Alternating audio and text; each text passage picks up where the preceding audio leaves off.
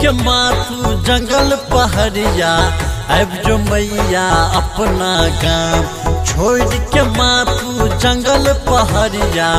अब जो मैया अपना गाँव नैहर में सब बात जो है छो स्वागत में छो मिथिला धाम नैहर में सब बात जो है छो स्वागत में छो मिथिला धाम।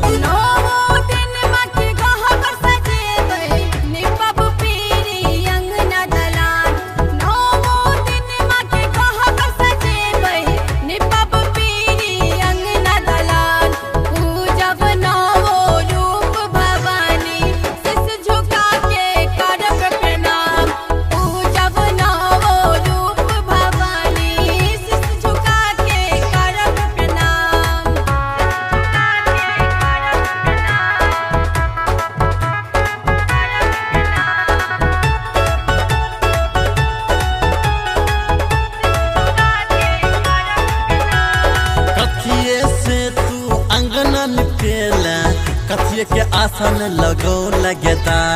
कथिए से तू अंगना निपेला कथिए के आसन लगो लगेदा कौन फूल तोरे डाला सजौला कौन फूल माला बनो लगेदा कौन फूल तोरे डाला सजौला कौन फूल माला बनो लगेदा।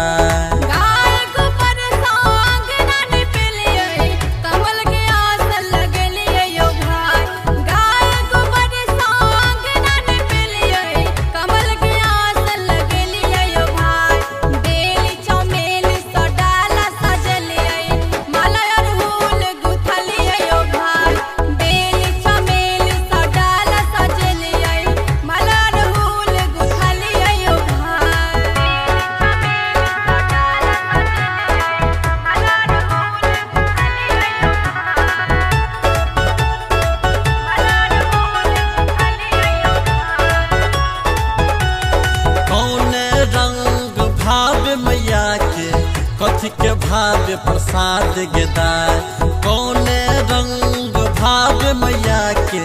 कथी के भाव्य प्रसाद गेदाय कौन विधि से मैया के पूजेबै कथी बाजे माँ के भवन सोहाय कौन विधि से मैया के पूजेबै कथी बाजे माँ के भवन सोहाय।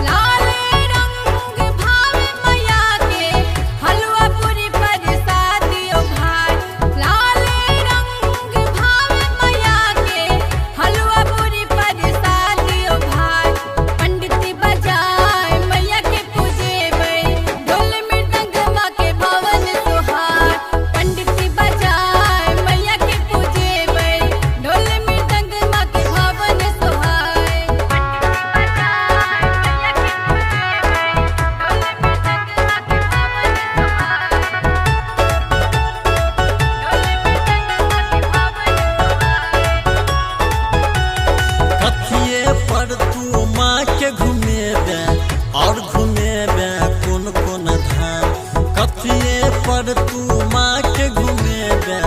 और घूमेबे कौन कौन धाम कौन साड़ी तू माँ के पहिरेबे याद रहे माँ के मिथिला धाम कौन साड़ी तू माँ के पहिरेबे से याद रहे माँ के मिथिला